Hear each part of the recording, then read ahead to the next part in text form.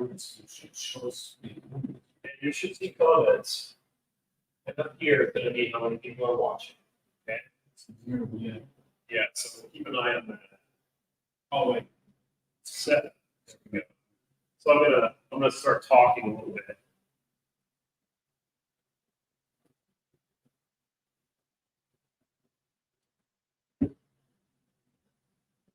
Hello to everyone who's tuning in over the internet on YouTube.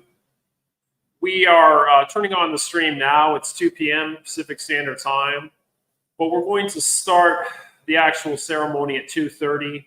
We have more people still arriving. We want to make sure that everyone's here before we begin. One of those things. But right now, if anyone is watching, if they could leave in the comments how the sound is. If you could give us your feedback on if you're hearing us clearly, if it's distorted, or if the volume needs to come up, that would be really helpful. So if anyone's watching, feel free to leave a comment. Just let us know. Also, another important announcement is that anyone who wants to have something read regarding Bob or Jennifer or both of them, you can leave a comment in the live chat comments, and I will read them towards the end of the ceremony. So that's very important too. If I'm not, are we getting anyone commenting on how it sounds? Okay.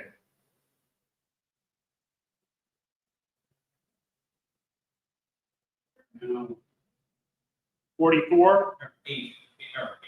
8? Okay. Yeah, so once again, if anyone is watching and listening, please do give us some feedback about how it sounds. Neither my brother or I are live streaming experts. So we did a lot of tests yesterday, and we got what seems to be a pretty good and clear sound reported from one person. Okay, so we're getting something? Mark from New Hampshire says sounds good to me. Okay, Mark from New Hampshire is coming in loud and clear. Thank you, Mark. We really appreciate that. That's Winky also says sounds fine. Steve Winky, thank you. Glad to see you, Steve. And I'm just going to keep talking a little bit so everyone can hear. One thing I do want to apologize for is that unfortunately this isn't. We didn't have the capability to make this interactive because of our internet speed.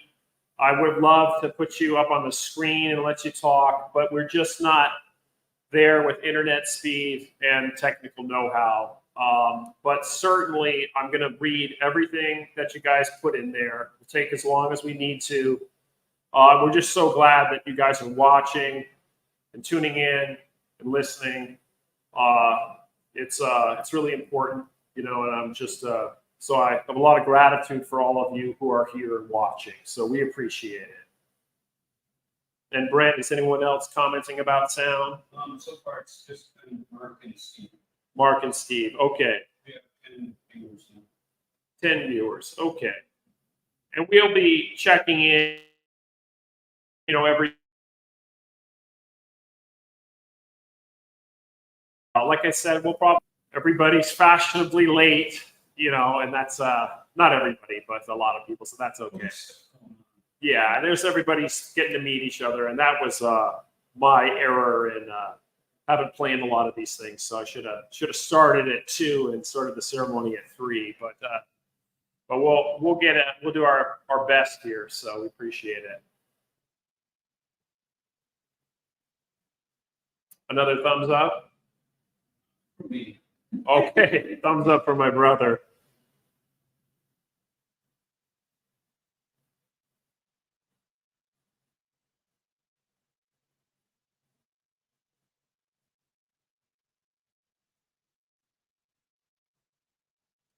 Okay, I'm gonna play a little music, and if it's too loud, we'll turn it down. And we're gonna come back and we're gonna check in. Again, we're starting at 2:30. Roughly, I think that's going to work. We should have everybody in and situated. But we're going to check in a few times and just check audio quality. And we really appreciate your feedback on that. Thank you.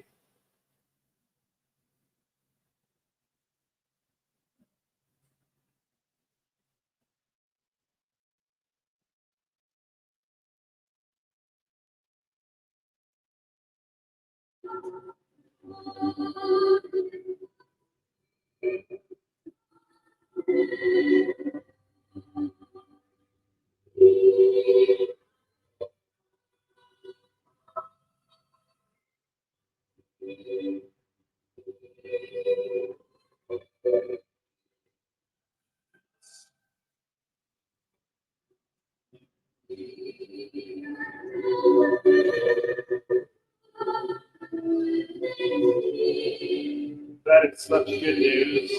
That's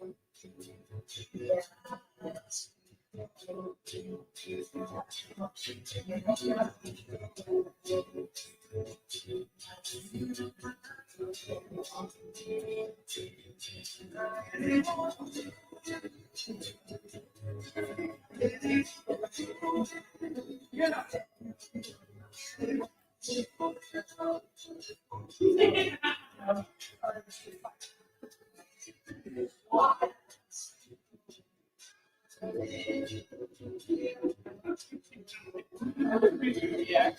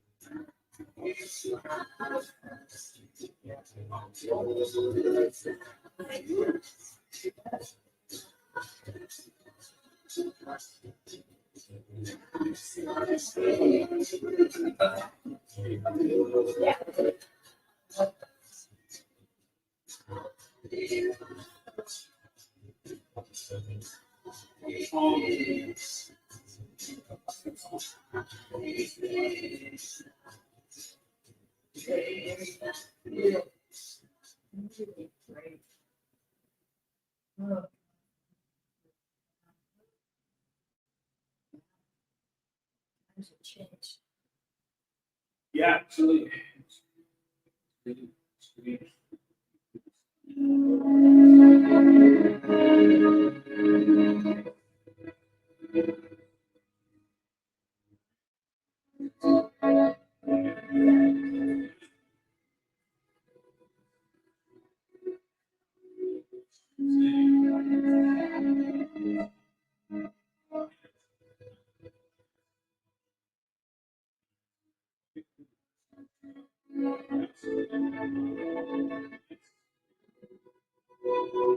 I do.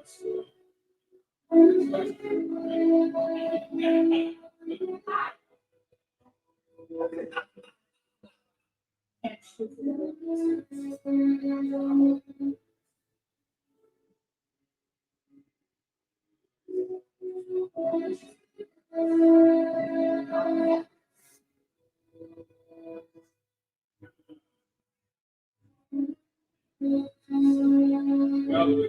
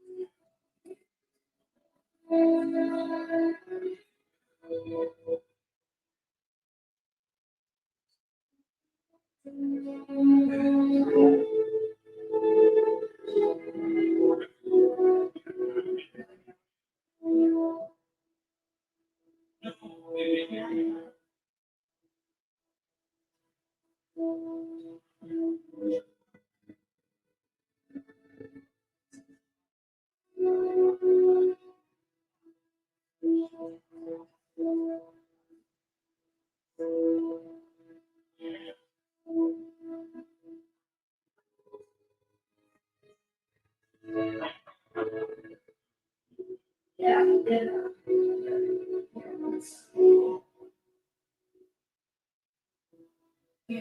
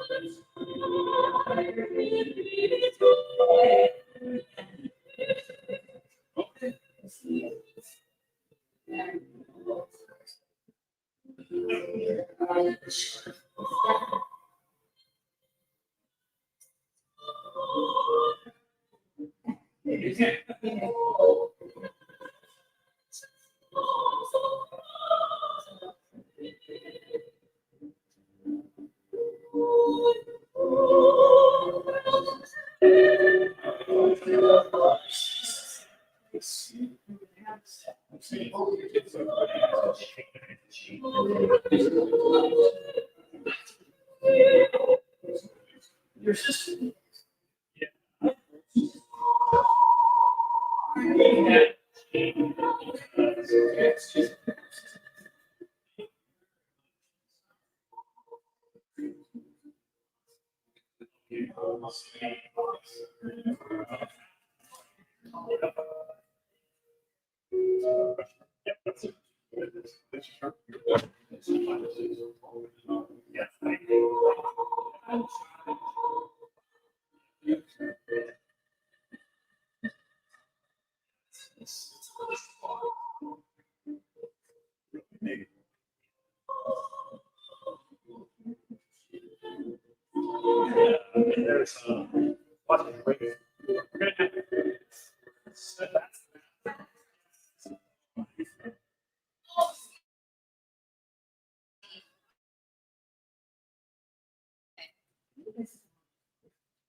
Yes.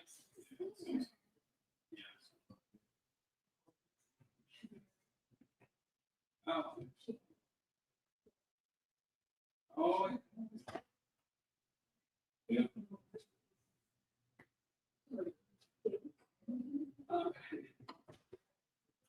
No. No.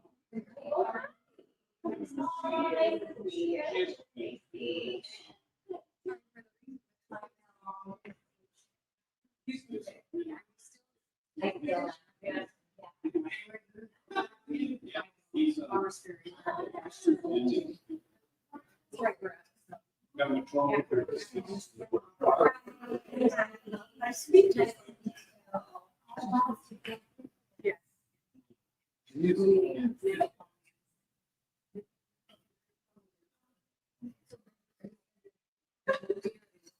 Oh, yeah. My kids still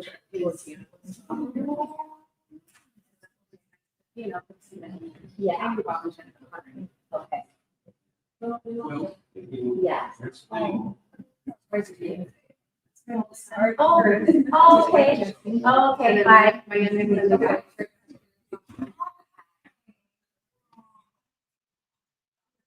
Yeah. So yeah, I'm like,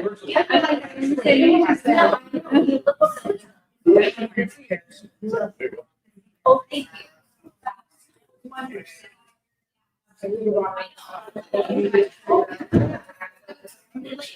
What? I missed it.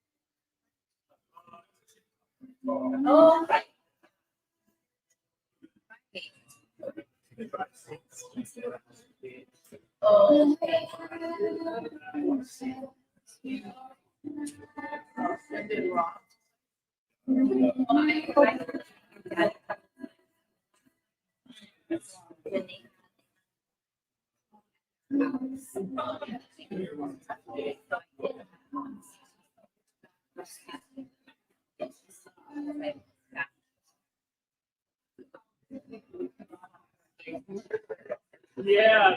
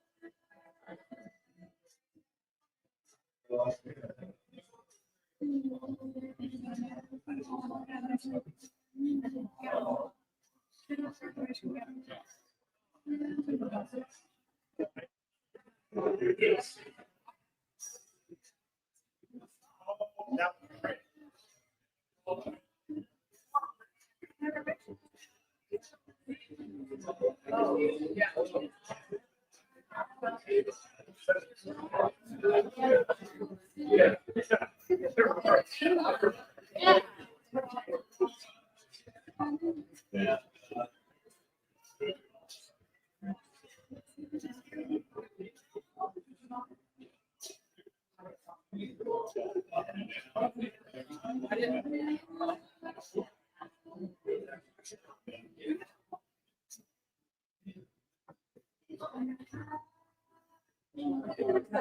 that you as a baby? That was me. That's my older sister. Okay. That's my mom. What else? That's Brent.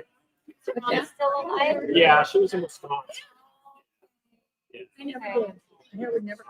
That's a sign my dad used to hold up when he would hitchhike. Oh, wow. Yeah. Sorry. Mom, That's so young there. Look at Jen. She's so young. Even younger. Yeah. Where did you get the picture? Oh, they were in the storage. Oh, chocolate chips. Oh, yeah. Nice.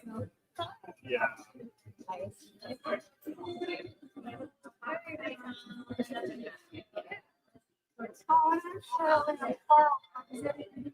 I'm called. Oh my gosh. Yeah. No way. Nice to meet you. Thank you so much. Steve McQueen. Yeah. Oh, geez. Oh, yeah. I feel like his dad. It looks like he's got it. Yeah. Yeah. So, but.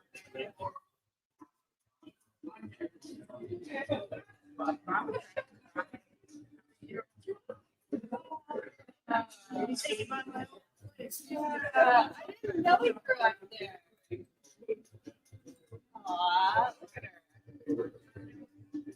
Oh, Vagabond. That's Jim.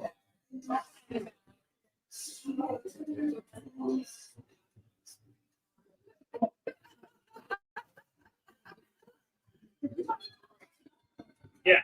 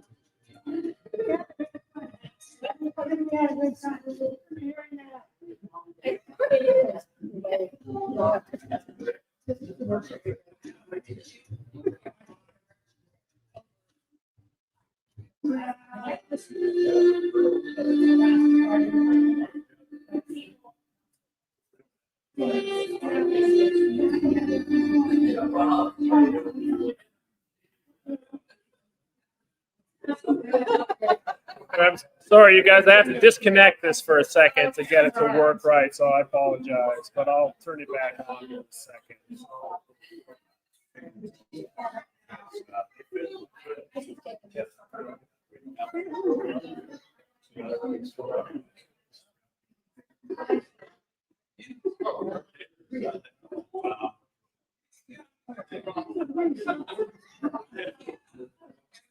This is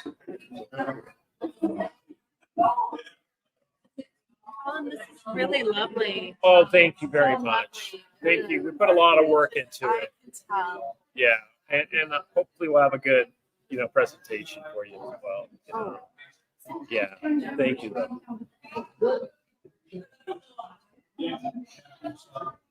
It's all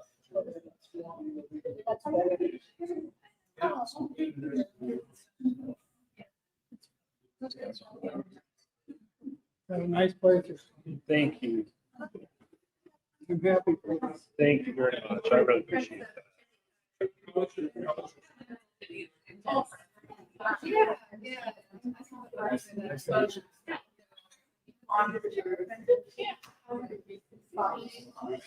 Oh, you're fine.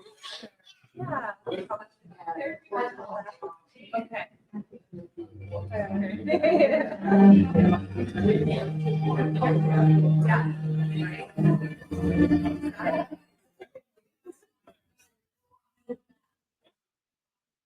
I can't see anything on my glasses.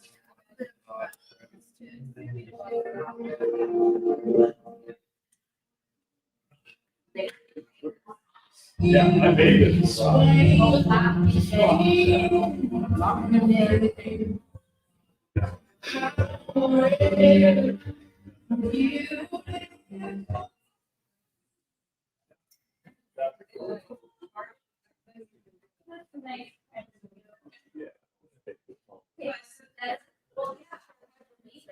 And on the street. Yeah, that's okay. That's so funny. Yeah.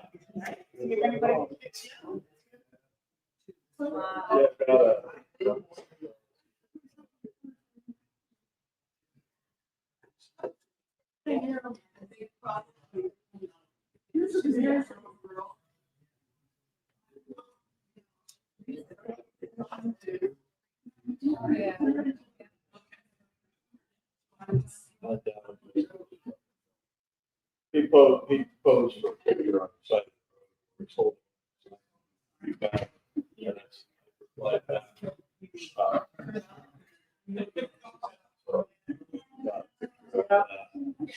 And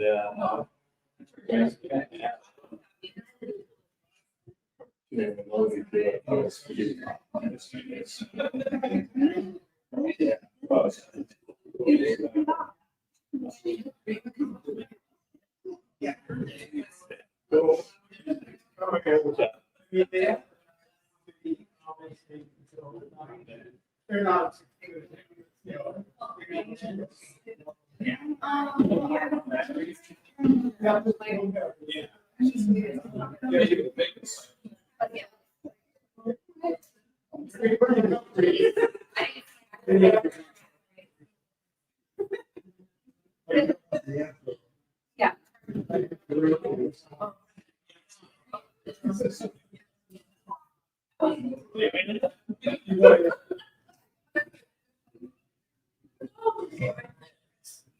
Yeah. just.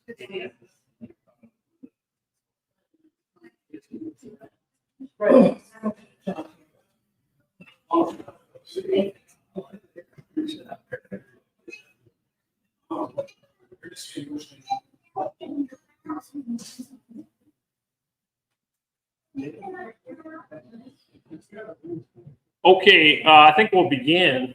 Thank you all so much for coming. First thing I'd like to do is just check and see if we still have good sound with the people that are live streaming.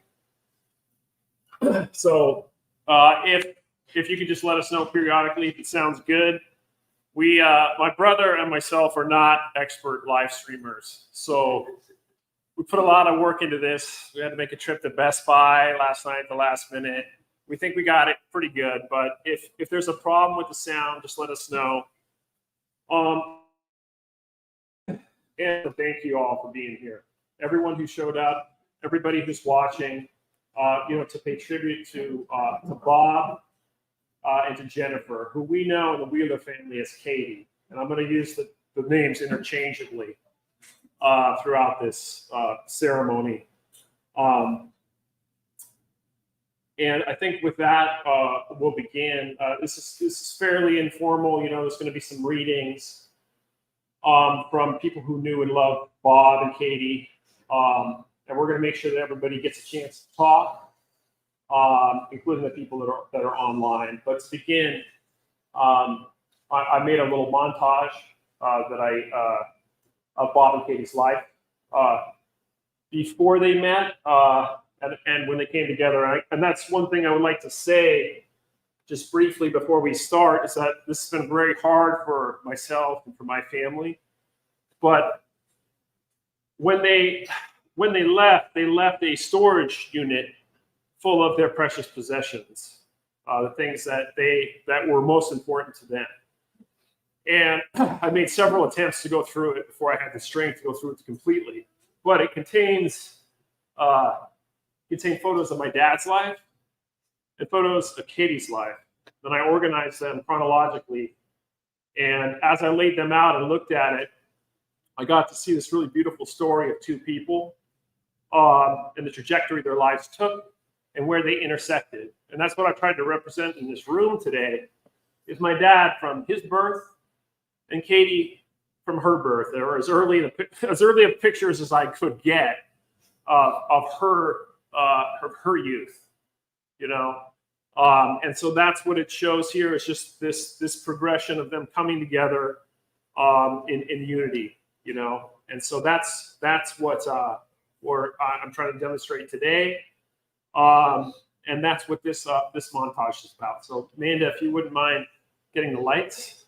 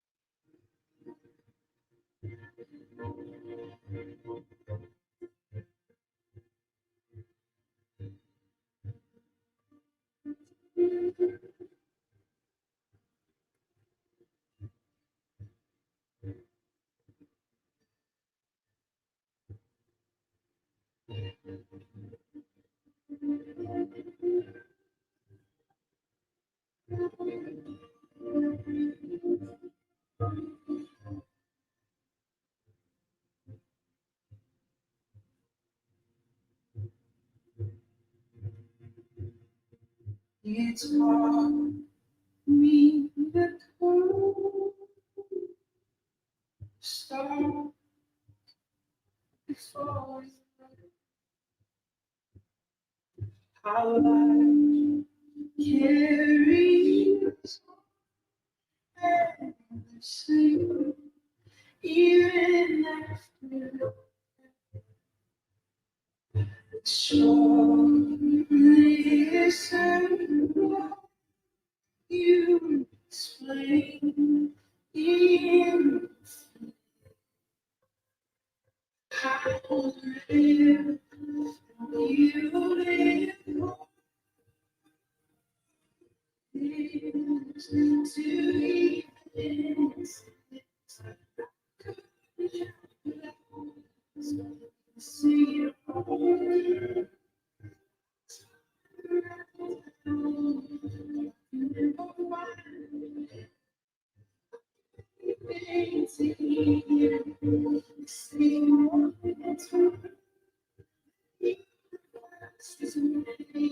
just to be seen.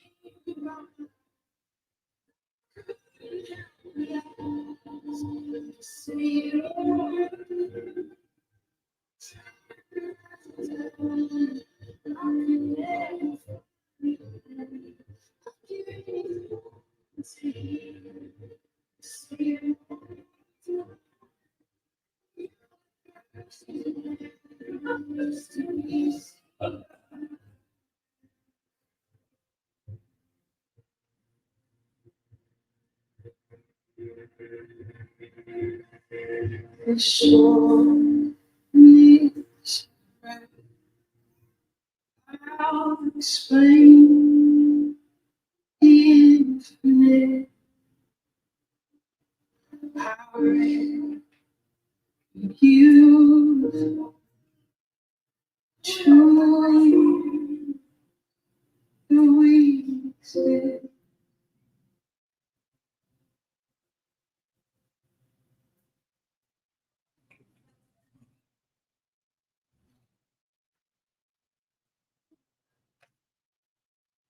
I apologize. The volume was a little low on that. Like I said, audio visual stuff not my best, but we tried. There's a high quality version of this, by the way, that I uploaded to my YouTube channel for those in the who are watching online. It does, in my opinion, sound a lot better at higher volume, but I think it shows. I just wanted to show their lives, and where they came together. Like I said, it was really tough going through these pictures. And I'm going to now read some submissions from my I'm going to read the submissions that were more towards my dad, and my sister's going to read the ones that are more from for Katy or Jennifer, as we use the terms interchangeably. But very briefly, I'll tell a quick story about both of them, and it was a hard thing. It was a hard thing to. There's so many stories from my dad and from Katy that are such great stories, but I kind of narrowed them down to two. Okay, and I'm going to tell these two stories. The first is about my dad. Okay, and this is a present he gave to me, I think when I was in my late 20s, and I'll show it. Can you see that on the live stream? Is that coming in? Not really? Okay, well, anyway, this is a ticket for Nirvana. 1993 in Milwaukee, okay? I was 13 years old, and I asked my dad, when I was 13, I said, Dad, can I go with my friend Aaron to see Nirvana in Milwaukee? We lived in Madison. It's about 90 minutes away. My dad said, no, you can't go to Milwaukee unsupervised. You're 13 years old. You're not going to go with your 14-year-old friend to Milwaukee. And so my friend, being delinquent children, my friend and I, mostly my friend, but myself too, participated in this, hatched a plan where he would borrow his mother's car and take us to Milwaukee to see this concert. And he got caught the day before because he had taken a spare set of keys and he had gotten in there. His mother found out. He got in big trouble and couldn't go. And his mother called my dad and told him what we were up to, And my dad was, sitting there, berating me for this, And I pleaded and I said, Dad, I think this is my last chance to ever see this band. I just have a feeling I'm never going to get a chance to see him again. And that's why, it's so important to me to see this concert. And so my dad drove me to Milwaukee.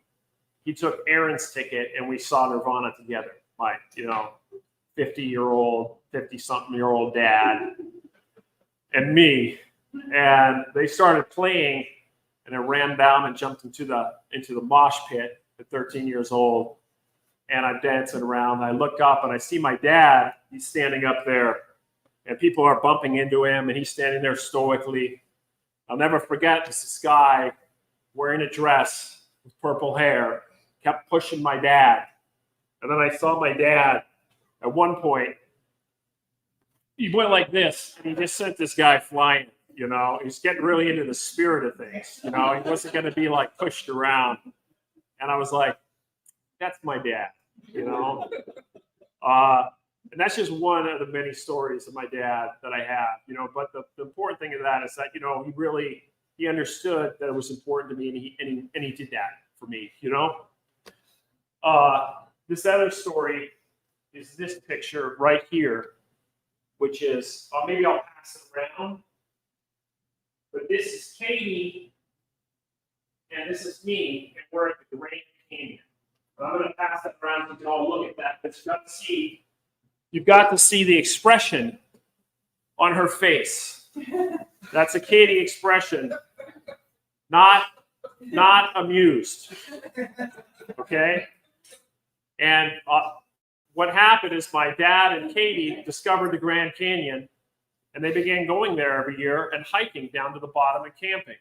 And they invited me. They said, hey, would you like to go hiking at the Grand Canyon? And I said, sure. They said, be prepared. It's going to be very difficult. It's very strenuous.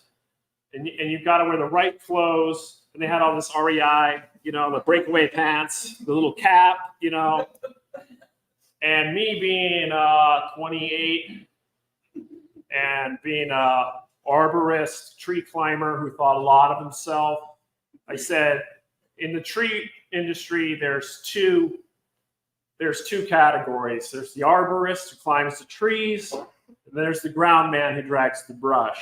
And the arborist, he can cut himself with a chainsaw or fall out of the tree or get electrocuted.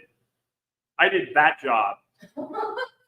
And I said to Katy these exact words. I said, we're just going for a walk, right? And she says, yeah, but it's a strenuous walk. And I said, but we're on the ground, right? This is exactly what I said. She's like, what do you mean on the ground? I'm like, we're not in the air. Right? That's how cocky I was. And she said, yeah, we're on the ground. And I said, groundwork. Easy. Groundwork. No problem. I showed up in jeans. This is Arizona. This is like June. The jeans, I had some kind of boots, that weren't comfortable, like a flannel. By the time we hiked down to the bottom, which is 6,000 feet, 6,000 feet down, my knees were excruciating pain. I could barely walk. My legs were chafed. Right where your legs meet at the top, you know what I'm talking about? And Katy says, will you take off your jeans? Will you at least take off your jeans and put your shorts on? I'm like, yes, I will. I will. The second day hiking out of the canyon, we have to get up there to catch the shuttle. Katy, and this is such a Katy thing, she's always got, she's just got to get there, and we are taking too long. My dad's taking too long because he's 20 years older than her. I'm taking too long because I was cocky and I'm out of shape for this. She grabs my dad's bag and she's walking ahead, right? Then she comes back down and then she grabs my bag and starts carrying it. Then she's carrying both of our bags, my dad and I, like this. And she's setting them down. She's running back. What's taking you guys so long? And we keep going. And that picture, she's walking by. I remember she walked by this old woman, and my dad was close at that point. And this woman just scowls at her and goes, why is she carrying everything? And this is one of my best memories of Katy, and this started a 14-year competition between her and I, because the next year I went there, I was training, I was going up and down Mount Si 3 times a day, I was watching my diet, I'm like, I've got to do better, And her and I, we competed for the next 10 years. And Katy is a marathon runner. She's a high top performing athlete. I never caught her, but I did get within a couple, 3 hours of her best time. And her and I, we started going all the way across and all the way back, and it was great. That's one of the things I'll miss the most about her is, Katy was a very good friend to me. Not only technically my stepmother, but a very good friend. And I could talk forever, but I'm not. I'm going to get into these readings. I'm going to read some of the stuff that was sent to my father. One moment.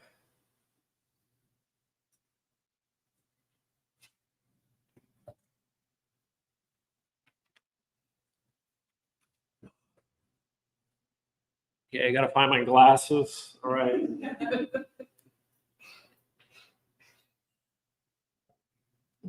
And my father, he had many chapters of his life. He was a United States Marine. He was in his early pictures with a tie. He's a young Republican, I'm pretty sure. He had a little briefcase that said Barry Goldwater on it. Some of you get that who are older. becomes a Marine, becomes a hippie, right?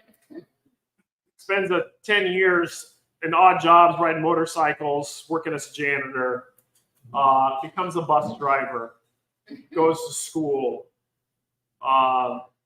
gets heavily into Eastern philosophy, works at a prison, helps inmates, so many chapters. And this is one of his oldest friends, and I believe they met back in the bus driver era. And this is from Forrest Bathurst. I lost one of my very best friends in life. Bob was one of those rare friends who always looked forward to seeing and having another engaging conversation with. We could talk for hours about everything, and I always learned something from this brilliant and wonderful man. God, I'll miss you, Bob. Bob and Katy ended their lives together. Bob was stricken with many health problems that were debilitating and left him physically exhausted. His Eastern outlook on existence and belief that we can all transcend the reality of this world, in my mind, led him to know his time in this world was over. He wanted to transcend. I understand this feeling and accept it. Katy loved him more than life. I believe she did not want to be in this world without Bob, the true love of her life. Katy was a wonderful, giving, kind soul. You could not help but love her immediately on meeting her. She and Bob had a special connection that is rarely found in life. Thanks so much for being my friend, a truly loved and precious friend. I will miss you very, very much. I'll transcend sometime too, and we'll share another amazing conversation. We'll laugh and we'll see each other again. Thank you so much, Bob, for touching my heart and living forever in my soul. Goodbye for now, my dear friend, until we meet again. Forrest. Some of these pictures contain images from, in this frame, from when my dad was a doctorate student at the University of Wisconsin-Madison. And these are all his psychologist friends. And they used to have psychologist parties at our house.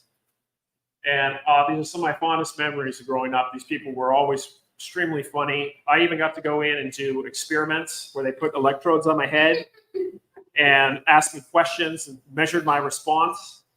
And then they gave me a McDonald's gift certificate for like $20, which is a lot of money to me then. And this is one of his colleagues from then. This is from Jen White, who's also a psychologist. Bob and I began attending clinical psychology graduate school together at UW-Madison in 1987. I was really scared and nervous until I met Bob. Who was that middle-aged dude sitting in the seminar room who looked like a bus driver on his coffee break? Green Stanley thermos out, homemade chocolate chip cookies on a napkin, a smirky grin on his face. It was Bob Wheeler, and it turned out he really was a bus driver, but had decided he wanted to become a psychologist. This was lucky for me and my fellow classmates because Bob was the best thing about graduate school and kept us all entertained and distracted. Class discussions were always a little less stressful and a lot more humorous thanks to Bob. Our professors taught us to be curious and analyze abstract concepts. In one of our classes, we spent a semester focusing on trying to understand the constructs of cognition and emotion, a task that Bob thought was hilarious. As a former porno theater manager and janitor, that's another era, Bob tended to think in more concrete terms. How do you clean the floors? From his time in a commune, the military, and countless other jobs and experiences, Bob also developed a cynical view of authority and never hesitated to share it, even when it was most definitely not in his best interest to do so. Once we moved on from school, Bob kept in touch, sending letters and photos to me to keep me up to date and to resurrect our favorite topics and jokes. Had we finally figured out what emotion and cognition were? In one card, he sent a picture of us and some other students from our first year of grad school. We looked incredibly young and we were wearing goofy clothes from the late 80s. He sealed the picture in an envelope, and on the front he wrote, "Trigger warning." Irrepressibly funny and clever as ever, Bob also wrote, quote, "The picture enclosed might be found disturbing for a variety of reasons, including but not limited to the following. A, that you may once have been in a harem or cult and have successfully repressed this memory. B, that you may have had dreams of being a fashion icon that were thwarted, but not because you didn't try. C, that you may have repressed memories of how giddy you may have felt after possibly turning in your Shopko applications as a backup to more ambitious and cerebral occupational fantasies. That's a mouthful. When I read this now, it is clear to me that Bob was way too smart and funny for his own good. Over the years, I have heard from Bob about his wonderful kids growing up, his connection with Katy, who became the love of his life, and his amazing hiking trips. We didn't get to see each other often, but somehow he had become an incredibly important friend whose absence from this world feels like a big abyss. Bob usually sent the same card at Christmas, a beautiful, peaceful, snowy field painted by Monet. I hope that Bob and Katy are in a place like that now. That's from Jen White. And this next letter is from Andre Zamora, who is an inmate my father worked with at Waupun. He would spread his, he would try to teach his Eastern philosophy to inmates. And he developed some really remarkable relationships with these people who were in prison, some who are out and some who are not. And so this is from Andre. By the time you receive this letter, I hope and pray that it shall find you, the family, and Katy too, all in good health, as well as in the best spirits too. Honestly, there's not enough words to express how deeply sorry I am for your loss. I also would like to thank you all for even considering and including me to be a part of Bob's special remembrance services. Thank you. Hello, everyone. My name is Andre Zamora, and I've been blessed to have had the privilege of knowing Bob for over 26 wonderful years. Please forgive me, but before I continue this letter, I need to tell you something, and I hope I do not offend anybody. I truly believe God is the one who placed Bob in my path, and for that I shall be forever grateful. I'm also fortunate enough to share my story with you today and continue to share my story with anybody who crosses my path in the future and present about this remarkable person with so many individual characteristic qualities: integrity, worth, honesty, loyalty, worthy, honorable, compassion, wisdom, knowledge, empathy, and distinguished person, and a distinguished person like no man I ever met or have seen before. When I met Dr. Robert E. Wheeler 26 years ago, it was totally based on a professional psychotherapy level. Bob was an amazing person. God is my witness throughout all the years. Bob would never take credit in any way for inspiring me to be the man I am today. I would thank him and he would say, "It was you who put the time in and has done the work. I only showed and gave you the tools you needed. There's no reason for you to thank me, Andre." Over time, I slowly felt and thought our relationship was drifting into a new era. Was I just thinking foolishly? After all, he's a doctor working for the state prison system, and I'm a prisoner serving time. Then one day out of nowhere, Bob showed up at my work, and nobody could have imagined my surprise more than me. After introducing Bob to my boss, Mr. Clark Foster, I was showing Bob around the factory. Bob, being Bob, so amiable, talking to the worker and inquiring about the machinery. It was easy to see Bob is a people person, standing there patiently, listening while the workers explained the machine capabilities. Soon it was lunchtime. Mr. Foster invited Bob to join us. All the workers were curious about Bob as he sat there eating and socializing with the workers. I found it all amusing, especially knowing Bob was a doctor and he never showed nor gave any impression that he was better than the next man. His thoughtfulness and kindness reaches beyond any boundary I even knew.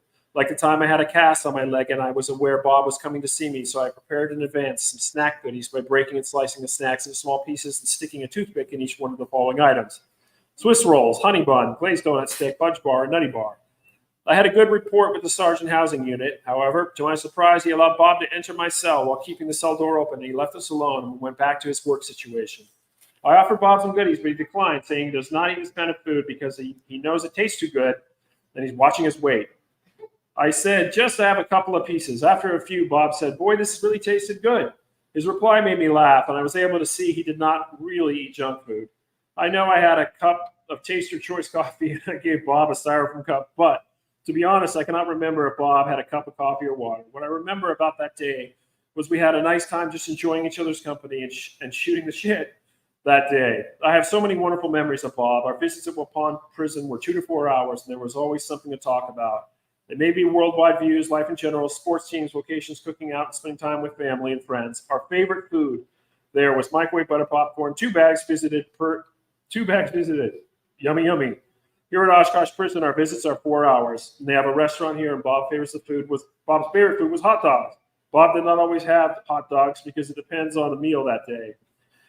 We would take pictures, talk, eat, laugh, and always enjoyed each other's companionship. There was never a dull moment with Bob. One day, while on the telephone, Bob informed me my stimulus check had arrived to their home. He wanted to know what I would like done with it. I told him to keep it up. This is wordy, huh? Wordy one. Thank you, Andre. I'm reading as fast as I can. We have a lot of. I wanted to show my appreciation and gratitude for all he and Katy had done for me. Bob was more adamant than ever when he told me, "No, that's not your money, Andre." I replied, "Okay, Bob, you hold on to it until I need it, or it's gone, and until that, you do not have to send any money." Bob replied, "Andre, don't tell me what to do with my money. This is never about an obligation. I send you money, I want to. Don't tell me what to do. And do not tell me what to do with my money." I can go on talking about Bob until I turn blue in the face, or Colin does, until this letter turns into one hell of a book called What About Bob? Bob was mastermind in making one forget their troubles, problems, and worries through his life stories or his jokes. He had a wonderful sense of humor. He was funny, smart, patient, kind, caring, and loved both by family and friends. I'm going to miss his elegant smile, his gentle, glistening eyes, his laughter, and every essence which made this incredible man. He was my doctor, my mentor, my friend, and I cannot stress enough what Bob has meant to me, or how much I respect, admired, and adored him.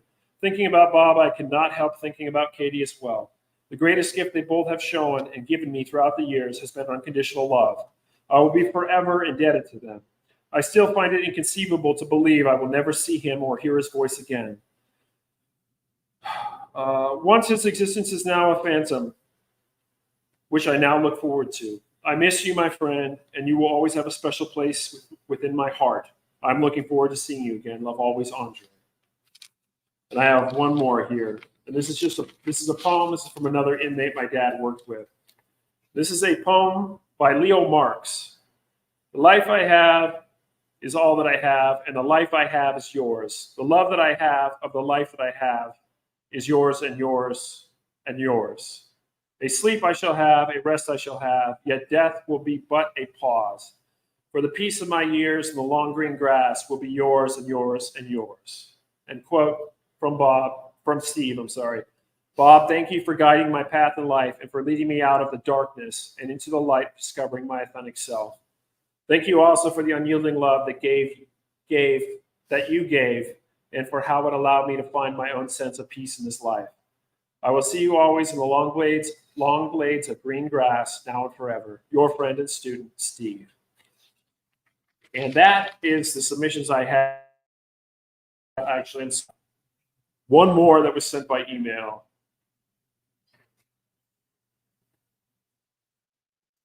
At the last second. Farewell to Bob Wheeler. And this is from Jim O'Donnell, who couldn't be here today, one of my dad's oldest friends. I met Bob almost 50 years ago when we were both newly hired as letter carriers for the U.S. Postal Office in Seattle, another era. We hit it off right away and became lifelong friends. Thanks to Bob, I learned to love the beauty and folklore of the Great Northwest. Bob and I both left our jobs at the post office to pursue other careers. I followed Bob with great interest. His job as the bus driver at Seattle Metro, his marriage to Linda, which I attended in Bellevue with an amazing bagpipe performance by Bob's friend Forrest. Bob's new family with Linda and Brent and Jenny. Bob adjusted well to married life and loved it, loved being a father to Brent and Jenny. Before I knew it, Colin and Amanda had arrived. What a beautiful family. Bob and Linda worked hard as Bob obtained his doctorate in clinical psychology.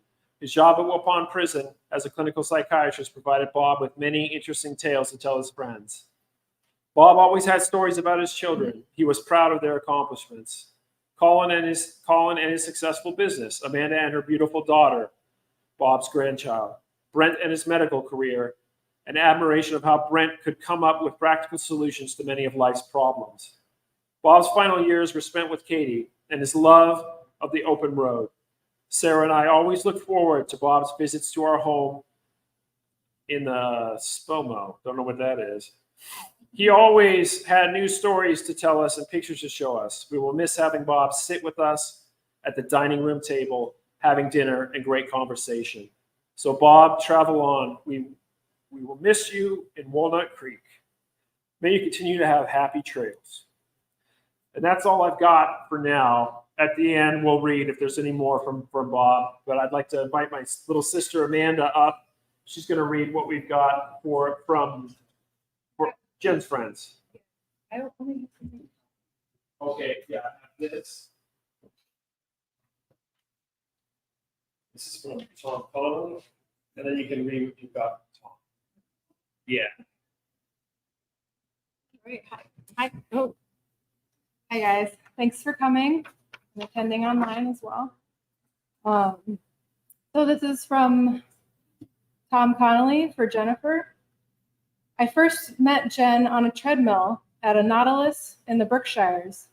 We had a brief conversation, just breaking the monotony. I know it was on July 3rd because the next day I was running in a 4th of July road race and she was suddenly right beside me. I noticed she was limping, apparently had stepped in a pothole, so I slowed down and ran with her till the end. I will point out that I was in no way in contention to win the race, but it meant a lot to her that I stayed with her. We became friends from then on. Over the years, we trained together for many races and triathlons. Whenever we needed anything, we called on each other. Often, we would help move from apartment to apartment carrying stuff. She worked at Fairview Hospital as an occupational therapist. When she would talk about her job, you could tell how much she loved helping people. Many years ago, she called me and asked me to help pack up a truck for a move. When I arrived, she told me she had met someone and was moving across the country to Seattle, Washington. We packed up the truck. She said that Bob was flying over and driving back with her. As I drove home, I was so upset, thinking I might never see her again. But within a couple of weeks, she sent me her address and email, and we talked often. Then about a year later, she told me that she was going to be in town and she wanted me to meet Bob. We enjoyed lunch. He was very nice and they were very happy. Just talking, he mentioned that maybe with a van, one could travel all around the country. I didn't think much of it, but a few weeks later, Jen wrote telling me that they had planned a trip around the USA. She had created a photo album online so I could follow their progress. She wrote so well and took such pictures that I often felt like I was right there with them. They were married on that trip.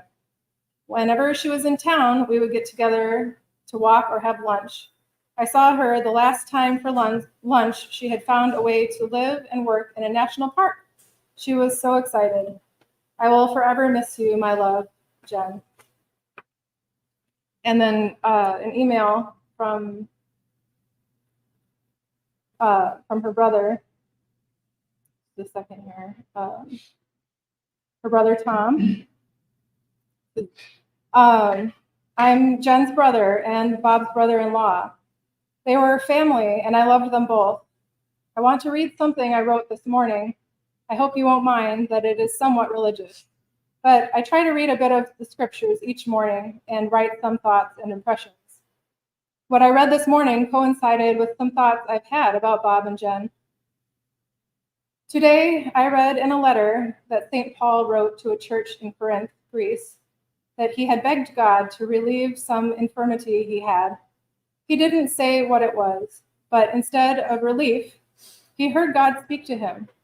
He doesn't say whether it was audible or whether it was one of those deep impressions we sometimes get. Anyway, he heard God say, "My grace is sufficient for you, for power is perfected in weakness." Here's what I wrote this morning as I thought about it. I have seen in life that sometimes our greatest weakness can become our strength if we let God in, and sometimes our greatest strength can become a vulnerability. Today is Bob and Jen's memorial service. I've always admired how Jen and Bob lived life on their own terms. They did what had meaning to them. They explored their mountains and deserts. They let go of settled homes and possessions multiple times in their life and just wandered. They didn't let other people do their thinking for them. They were open to people and ideas. They expressed small kindnesses in ways that meant something to them and were honest expressions of love. I will always treasure Jen's little notes and gifts, the glass bird sculpture in our garden, the bronze flying pig in my study, and so many others. I will always appreciate Bob giving me his first edition of Richard Nixon's book, Leaders, when I was in Congress, which Bob got signed by Nixon himself. It was a gift of love, and he was so excited to share it with me. Today is the first Saturday in September. On the first Saturday in September, just a year ago, Debbie and I were wandering around Snoqualmie and Seattle with Jen and Bob. We explored the Puget Sound and the mountains and the elk and the little towns with interesting shops. It was one of my favorite visits with them. In fact, I think it was my favorite visit with them. And it was my last visit with both of them together. Truthfully, I feel robbed by their act, deprived of what new visits and adventures I could have experienced with them. And I expect I'll carry that with me and be working through it for the rest of my life. I just wish they could have embraced aging with all of its pains and uncertainties and indignities, because I think they could have found a new strength in their weakness and experienced so many more adventures together. It doesn't take away my admiration for that quality of independence and living life on their own terms. I only wish they had realized that their maker had more living for them to do for their sake and ours. Tom MacArthur. Yeah.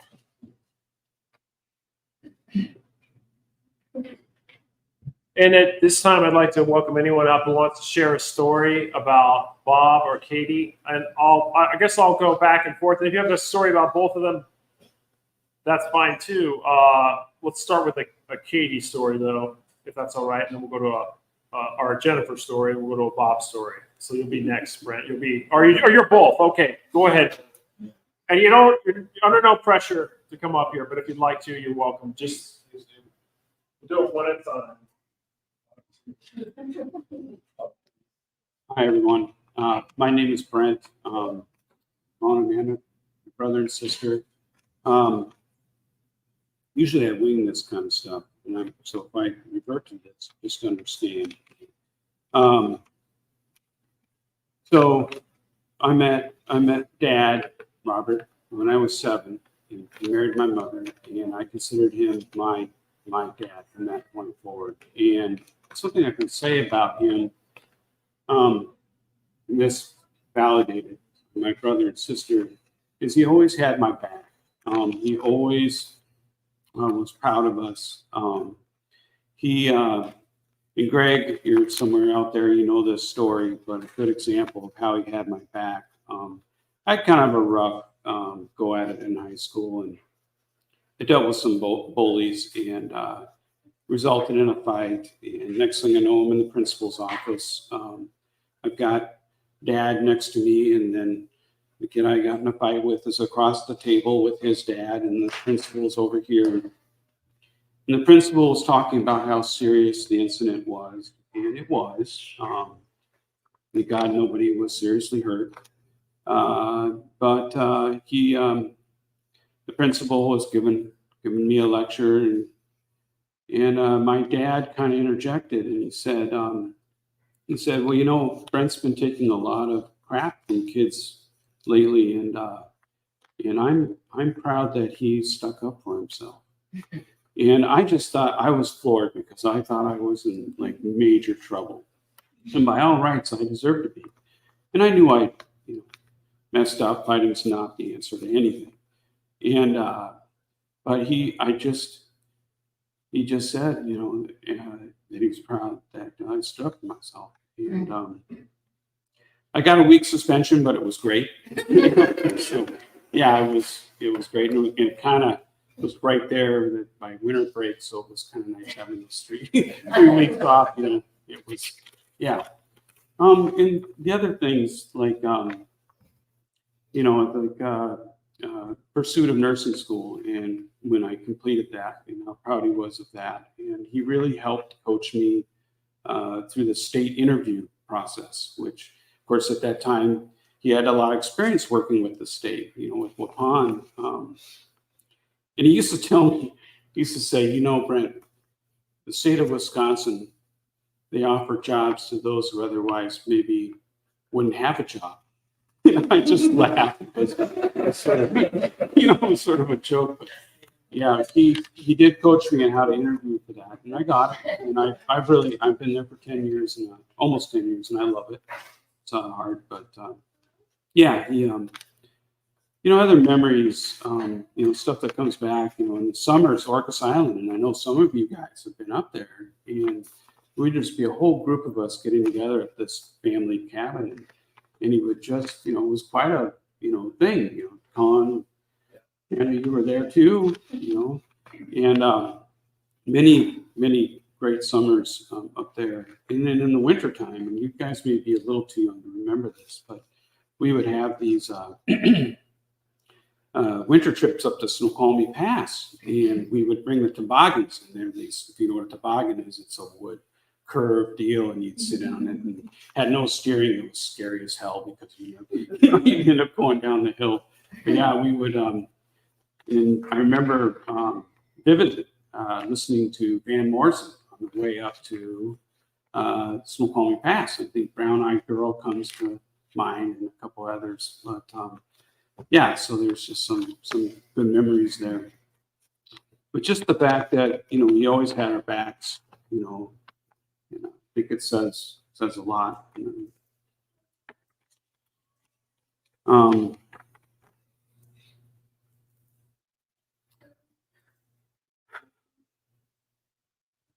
Visiting in the summers, and again, I'm referring to this, I would drive from Madison, Wisconsin to Seattle area. And one of my first visits right off I-90 would be North Bend. And Dad always had this ready for me to work on, this to-do list. Greg, I see you smiling because you know what that to-do list is about. But it'd be a whole list of things that he needed fixed around the house or worked on in the van, or just something. And we would just have a great time, going to the hardware store, getting parts or whatever we needed, and then going back and working on whatever we needed to fix. And we would just, that was how we spent our time. It's just, and he had certain wisdom and a certain wit about himself, and he had a kind of, sense of humor that was very endearing. And, just, yeah, so that's Dad.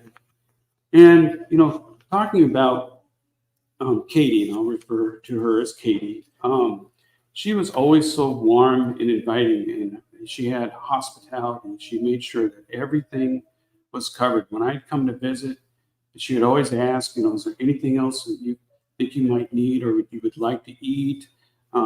She just was very hospitable. And in fact, when I finished nursing school, it's like 2015, and I drove out and I had an elderly cat, and I didn't want to leave him at home. So I just packed up his stuff and just drove him out. He sat on the back and sat on the dash, and he was fine. But Katy had made him a little place in the basement that he could, be safe from. I believe at that time it was Andy. yeah, Echo that was another time. But yeah, so and it was just little things like that. The other thing I remember about Katy is she would always send a Eastern Provisions assortment of like gourmet pretzels and these little waffles. They were delicious. They were like covered with sugar. They were just wonderful. And so I could always count on that. I'm just going to miss him, It's like, the world is a smaller place without him. So. Thank you. Thank you. Thank you, Brent. Anyone have a story they want to share? Thoughts? Take a Katy. Yeah. Hi, everybody. I'm Charlie Herbert. I've been a good friend of Jen's for the last 10 years. I moved up here from Albuquerque, New Mexico in 2014. And just out of habit, I would always take a walk at lunch. And Jen and I met frequently on the trails around Swedish Hospital and quickly became friends. I won't spend too much time staring at my phone, but she gave me a picture a couple years into our relationship, and I think it summed up a lot of things very well. The picture has two kind of cartoony figures on it. It says, "You're the strangest person I ever met," she said. I said, "You too," and we decided we'd know each other a long time. Not long enough, but Jen and I knew each other very well. We spent a lot of time walking and talking and walking and talking and walking and talking. So there were a lot of movement and a lot of thoughts shared. I knew Bob not as well, but I really enjoyed philosophical conversations with Bob, which honestly, at his point in hearing loss, we were often kind of one-sided. I will enjoy continuing that one-sided conversation with his novel, which I have really enjoyed, his text, Transcend, that I think is a really powerful work.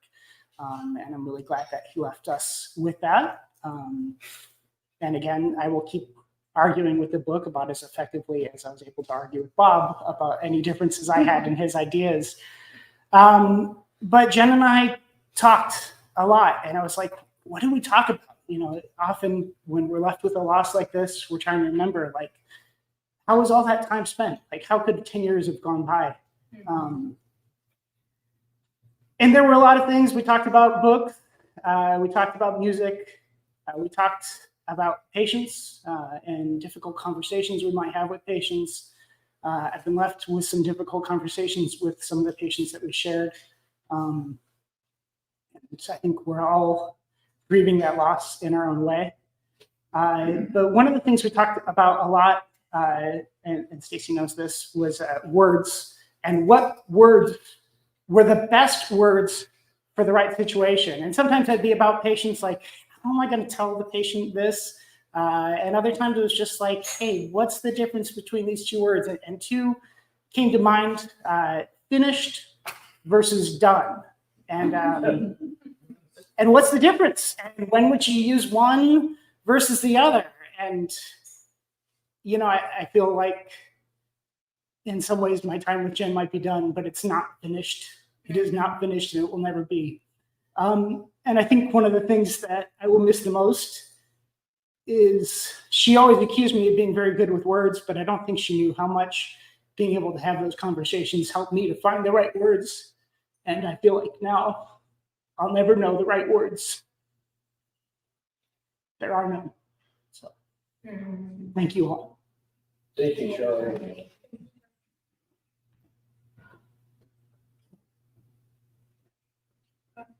Yes, please.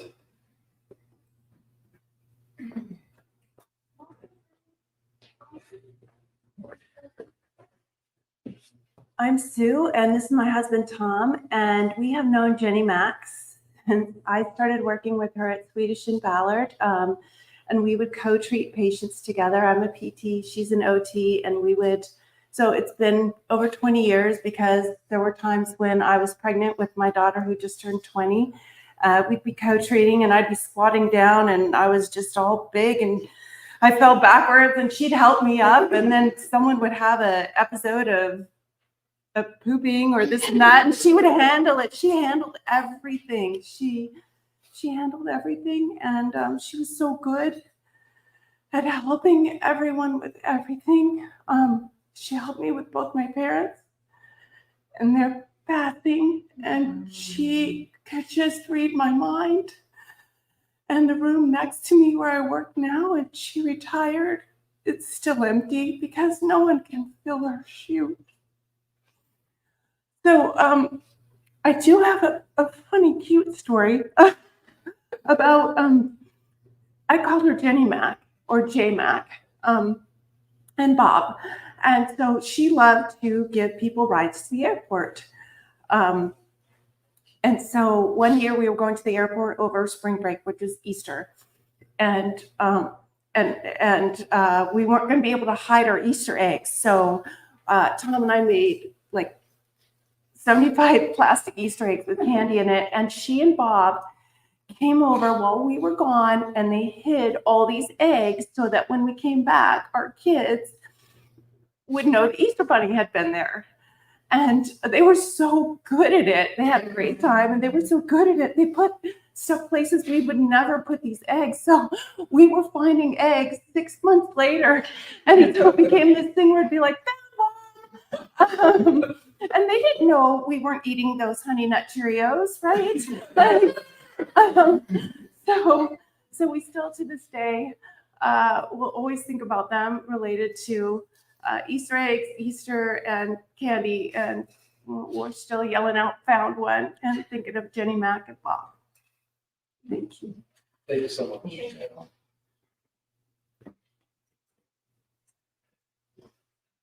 Come on up, please. I promise this isn't full, but I had to write something down. Oh, okay.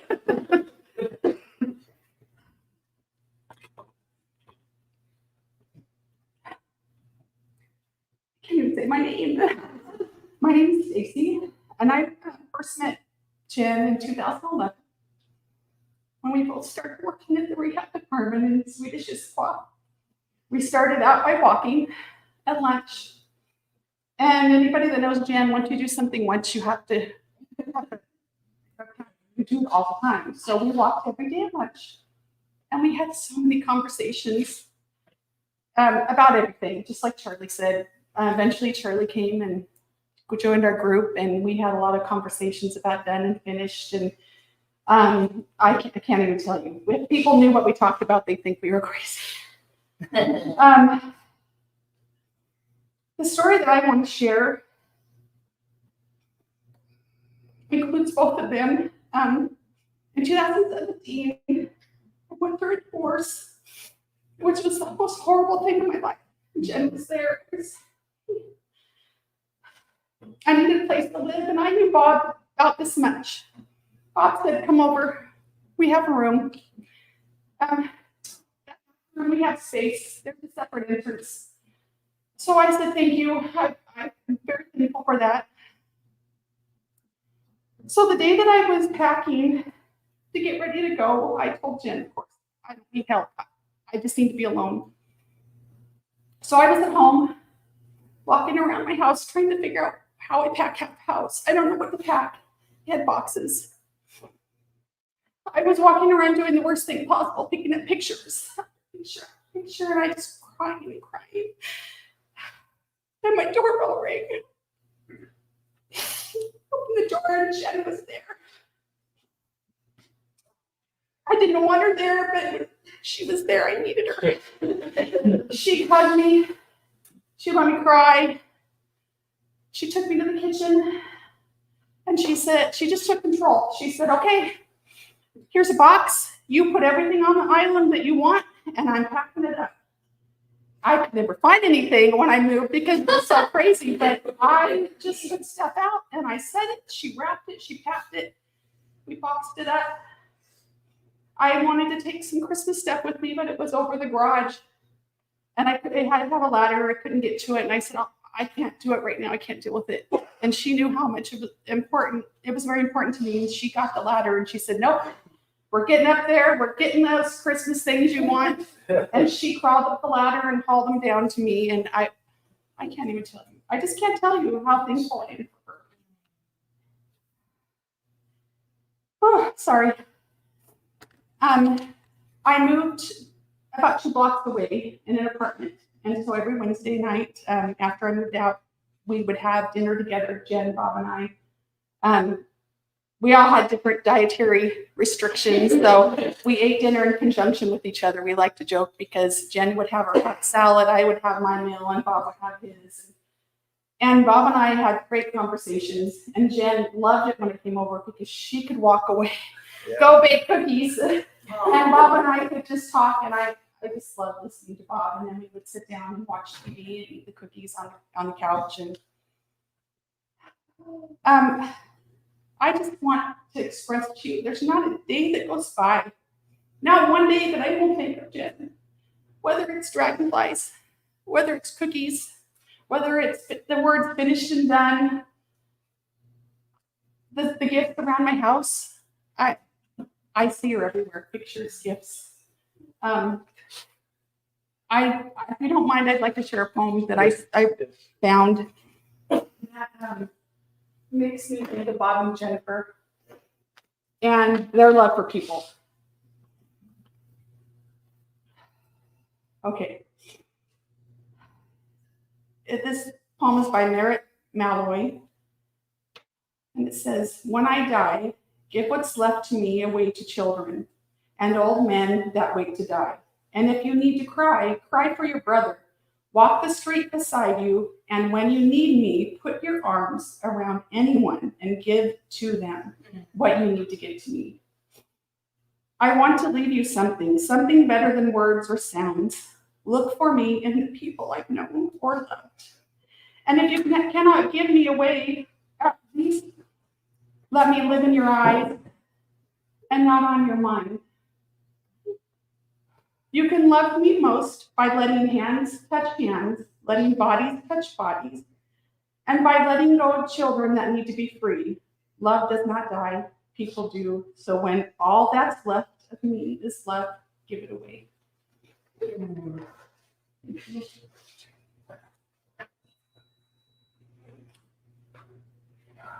That was beautiful. Thank you, Stacy.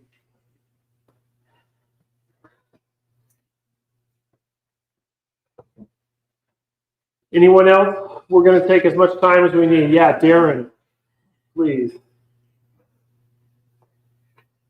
This is a man from the early chapter. Yeah, I'm Darren Braggett. I met Bob, I think, in '82 when he started college, bus driver Bob. And he came into the lab where I was and had his backpack on and said he wanted to do some research. And so started talking, and eventually, obviously, that led to a great life for him. When you meet Bob, obviously, you just can't help but like him. So quick-witted, dry sense of humor, has that little goofy smirk, always has the pause. When he's getting to the end of something, you don't know where exactly it's going to go, and he pauses, and then you're anticipating what the final sentence will be. But just a great guy, did so many things in life and had real world experience.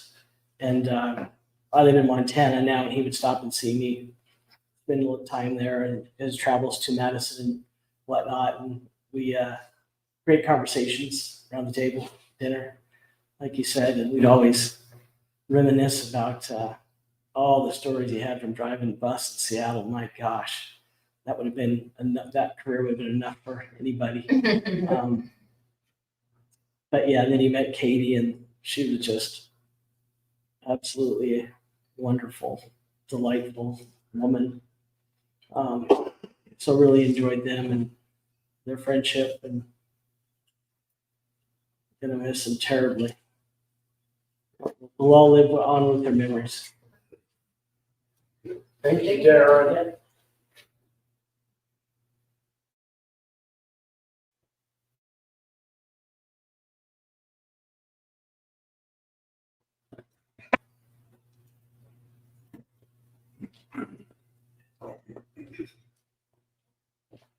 My name is Cheryl Lynn Myers. I'm married to Bob's cousin. And he was in the Marines when I kind of met him. Carl and I were engaged, and he was off in the Navy and Bob was off in the Marines. And so I was writing to both of them while we were engaged. And he came up on well, when I was writing to him, I would send him things from the newspaper. I thought were really great. And he put all this stuff in the envelope, and he finally said, "Don't send me those newspapers. I get in trouble with my drill guy, whatever that guy is in charge of it. Don't send me all those newspapers." So I just stopped doing that. And then he came up for a visit unannounced, and we lived up in South Seattle. And he and I were out just walking. I think we might have been out in New District. I'm not sure. And I had really short hair. And we were walking, probably holding hands because we're friends. And a policeman sort of will slowly drove by. He was in his uniform. Slowly drove by. I said, "What was that about?" He said, "Well, we're not supposed to date guys." He thought I was the guy.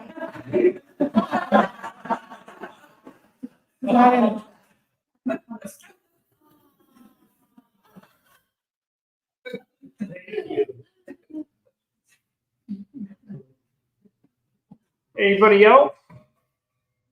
No pressure. Linda, please come on up here. We love to hear from you.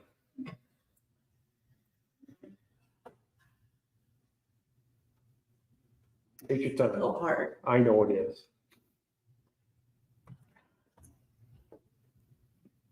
Oh. I don't know if I can do this. My name's Linda. I was Bob's sister-in-law, married to his younger brother. We've been together 33 years, and I've known Bob that long. I always called him Rob, so this Bob thing is kind of hard. It was Rob and Katy.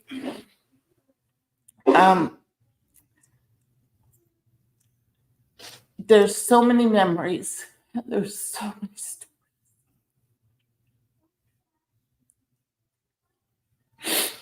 But Rob and Katy, we used to see them often. We live in Oregon. They lived in Washington. They came down very often. And John, get up there. they always met with Deb Go. and John 33 years. and myself. We tried to go, everybody was deaf in this family. Deb's deaf. Deb's deaf. Yeah. No, you're fine. You're fine.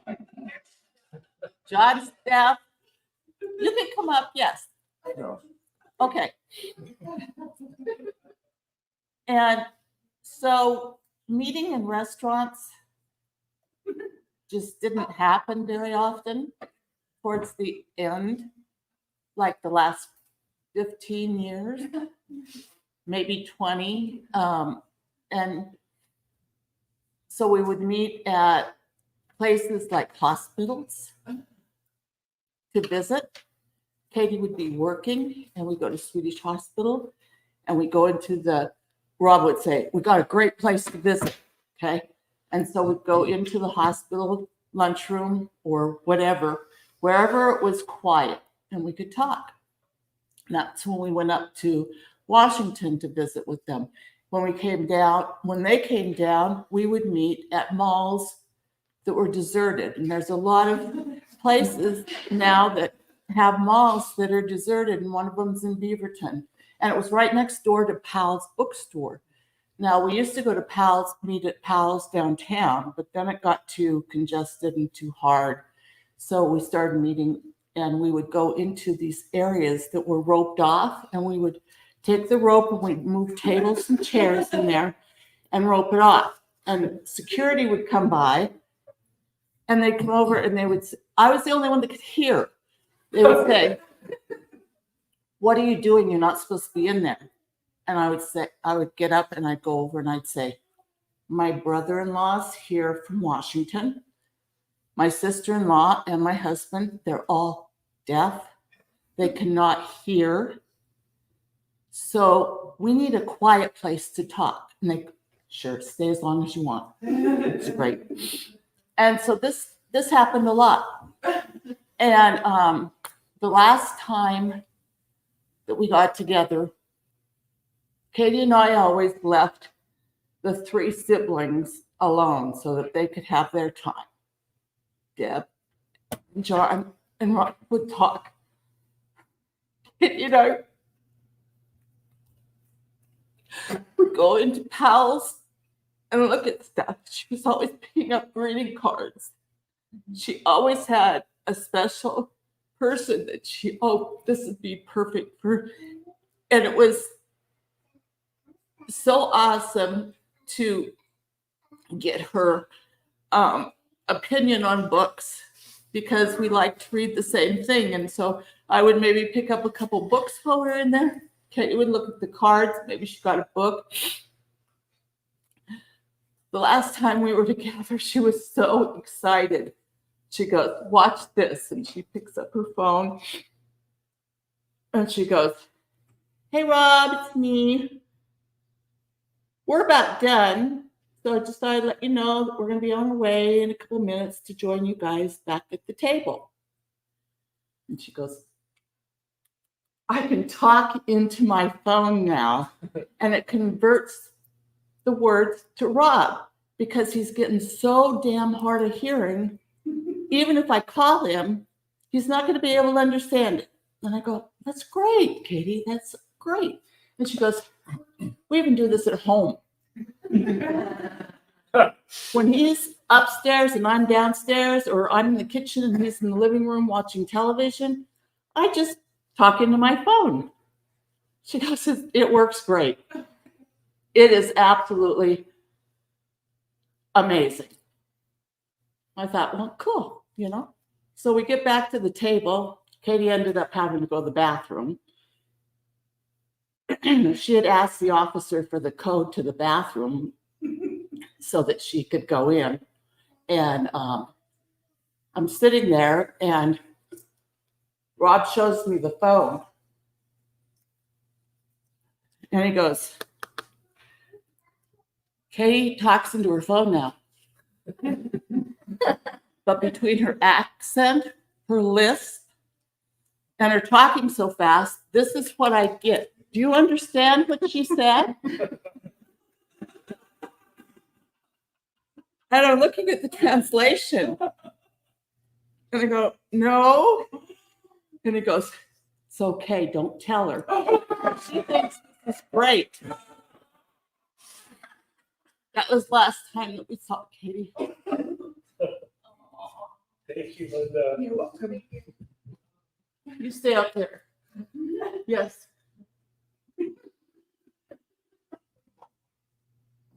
Hold up your spine. That was great, Linda. What a great story that sums them up.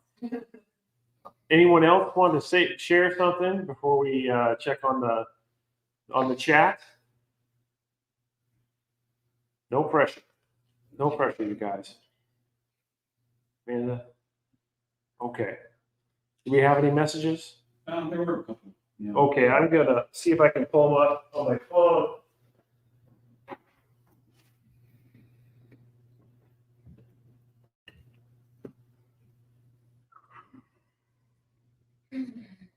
Just bear with me. This is probably the most technology we've had to use ever, so. Let's see. I might have to just go over there and read them, Brent, because it's hard to see. Or I can take a picture and read it.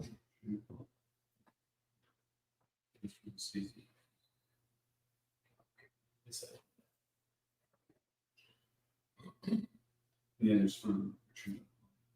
Okay. You got the first part.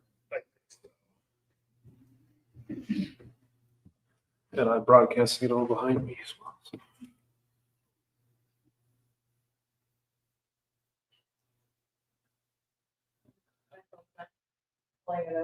Yeah.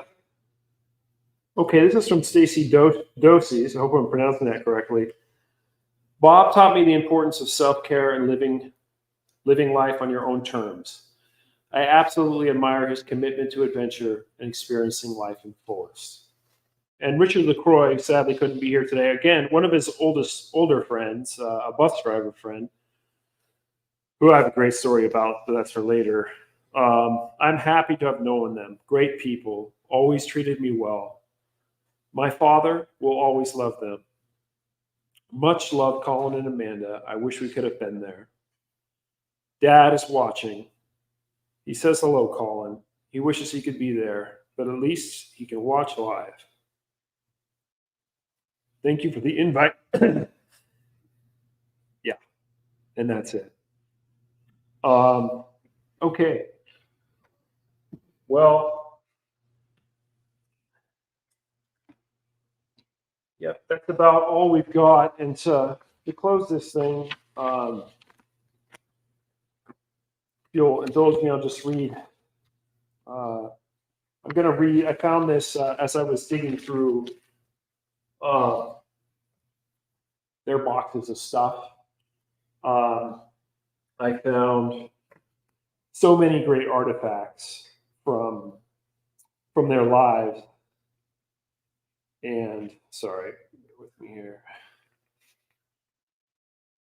Okay, I found so many great artifacts from their lives, but this one in particular I pulled out because I think it gives you a real window into how they felt about each other. And this is their marriage vows from 2004, and starts with Reverend Jim, who is Jim O'Donnell, who got his reverendship online to marry them. So anyway, and he says, "We are gathered here today to witness the exchange of vows between Katy MacArthur and Bob Wheeler. Bob, will you now speak your marriage vows to your wife, Katy?" Bob, 2 years ago, I was living a peaceful life. My time was spent quietly engaged in living. I understood that my beliefs about the world separated me from the world, and this understanding quieted my mind. In this silence, I was totally present to the environment, and everything was imbued with a presence of which I was a part. I experienced love, not as a concept, not as something that comes and goes, not as something dependent on someone or something, but as an ever-present reality. My constant mental chattering had hidden the ever-present reality of love for me in the same way that clouds hide the ever-present reality of the sun. In the absence of self-centered goal expectations, I was consciously aware of love.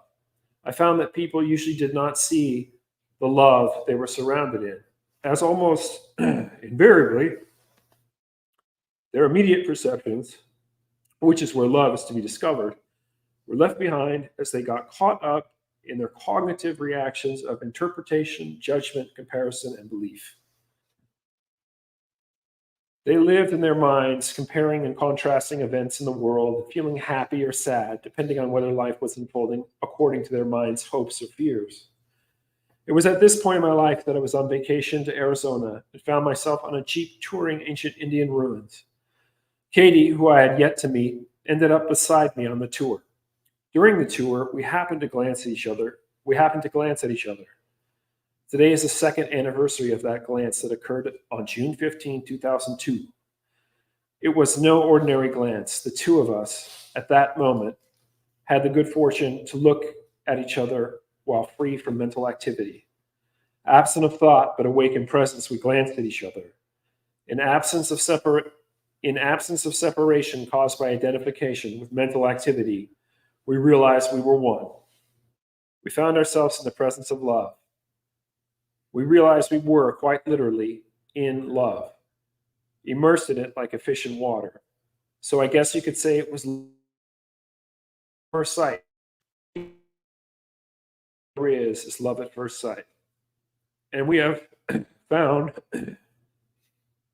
that our challenge as lovers is not just to remain true to that first glance, but to live our lives such that we are free from the burden of the past with all its good and bad experiences.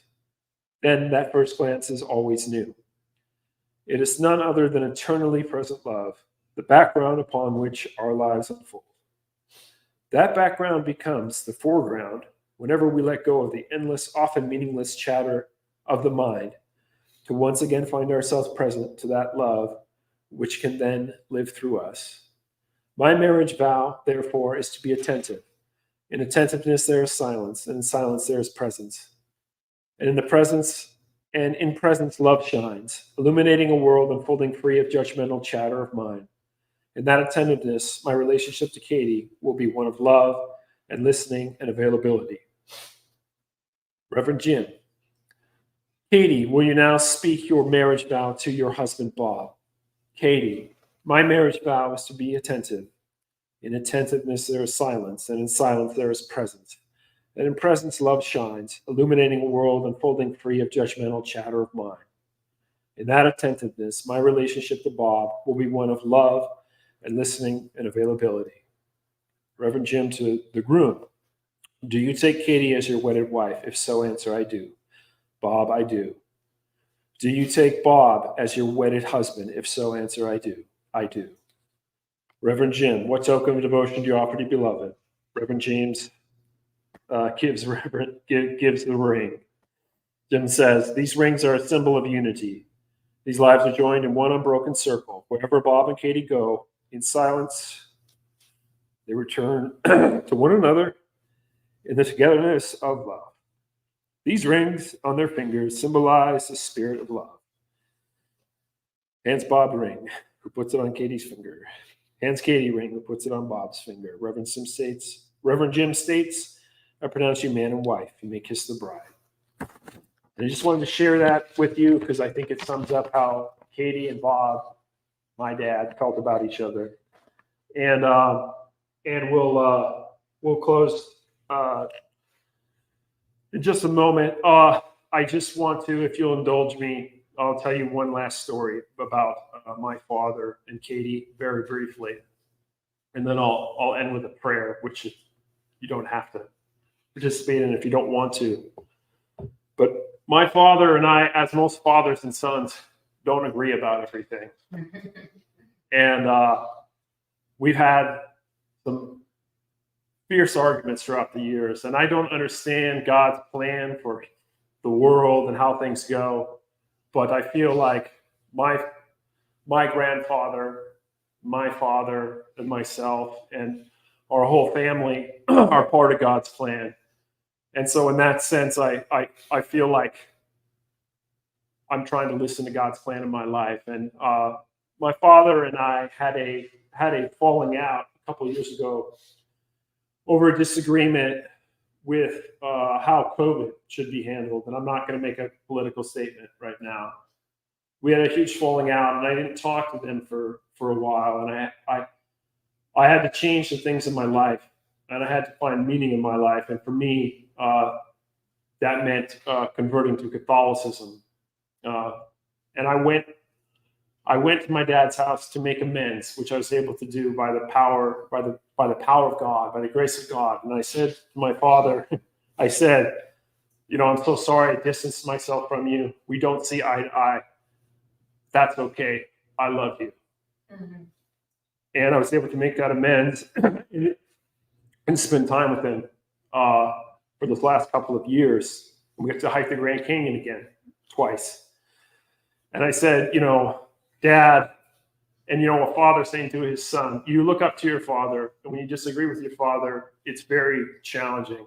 And my dad's an anti-authoritarian, anti-establishment, Eastern philosophy, progressive liberal Democrat. And I didn't want to get political. I'm not trying to. That's not the point here. But here I am, and I come and I say, Dad, I've converted to Catholicism. I believe in a hierarchy of being and the great father, giving the orders. And my dad just looks at me and he says, hey, man, that's great. I have my shrine too.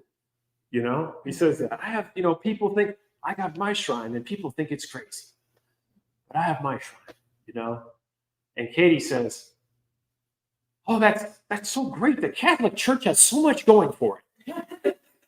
And then she proceeded to take pictures of all these basilicas and churches and get me rosary beads from all of them and bring them back and give them to me. And there are no words to express how much I love these two people, my father and Katy, who was such a good friend to me.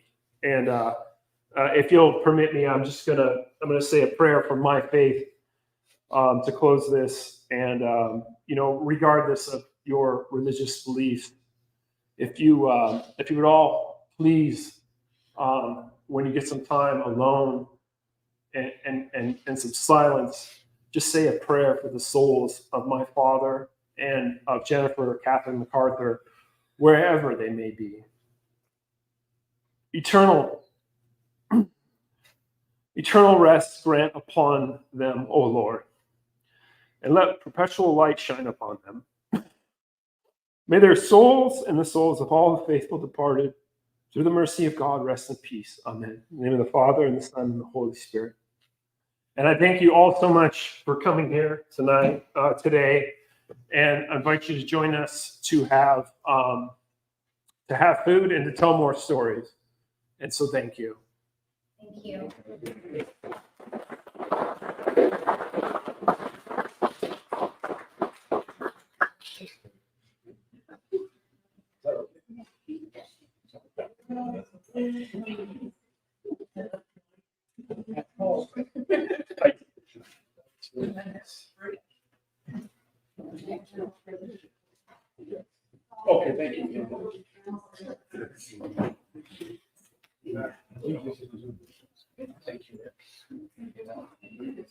Love you, Fred. Oh, thank you. Thank you. I'm so glad you guys are here. Yeah. Sorry for that. I appreciate that. Thank you. Oh, yeah. Yeah, and please stick around if you want to have some food. We have some good food. Thank you. We're gonna open those doors.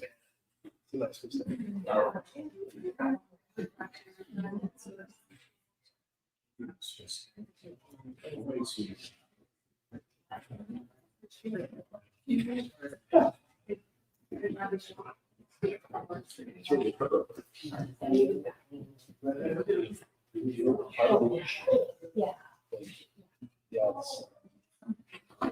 Yes. Yes. I can't really see it, so it's- It's good.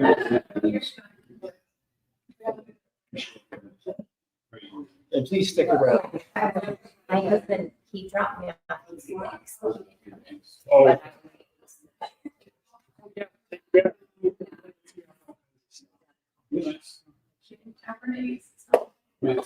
I understand. He's a trooper. Yeah. You're welcome. Yeah.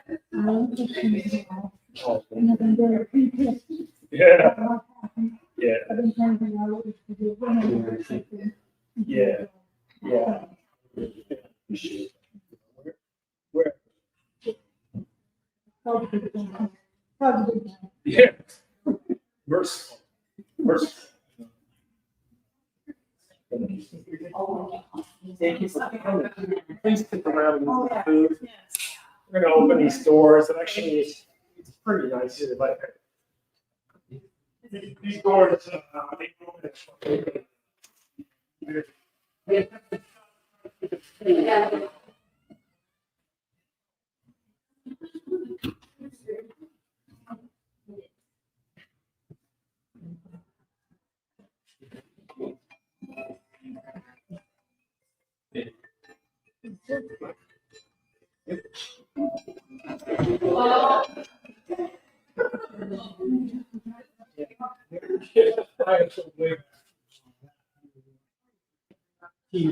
Oh. That's what I got.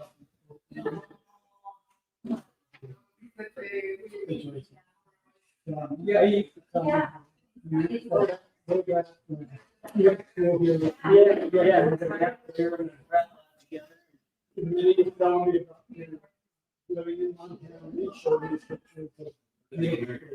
Yeah, yeah.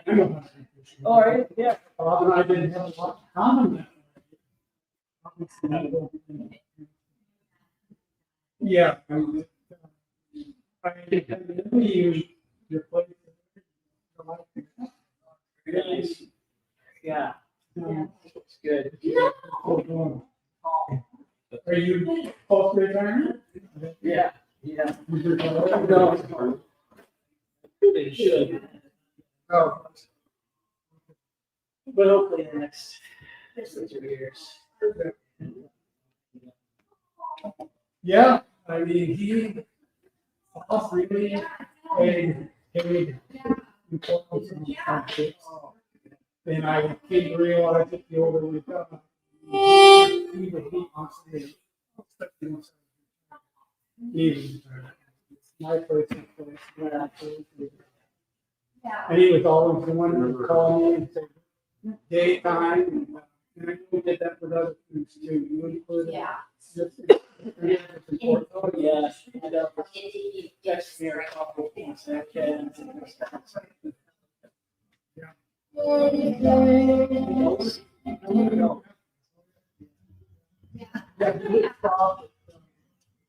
Yeah, well, all one who, he's been returning. And they go away back. He's the one that married.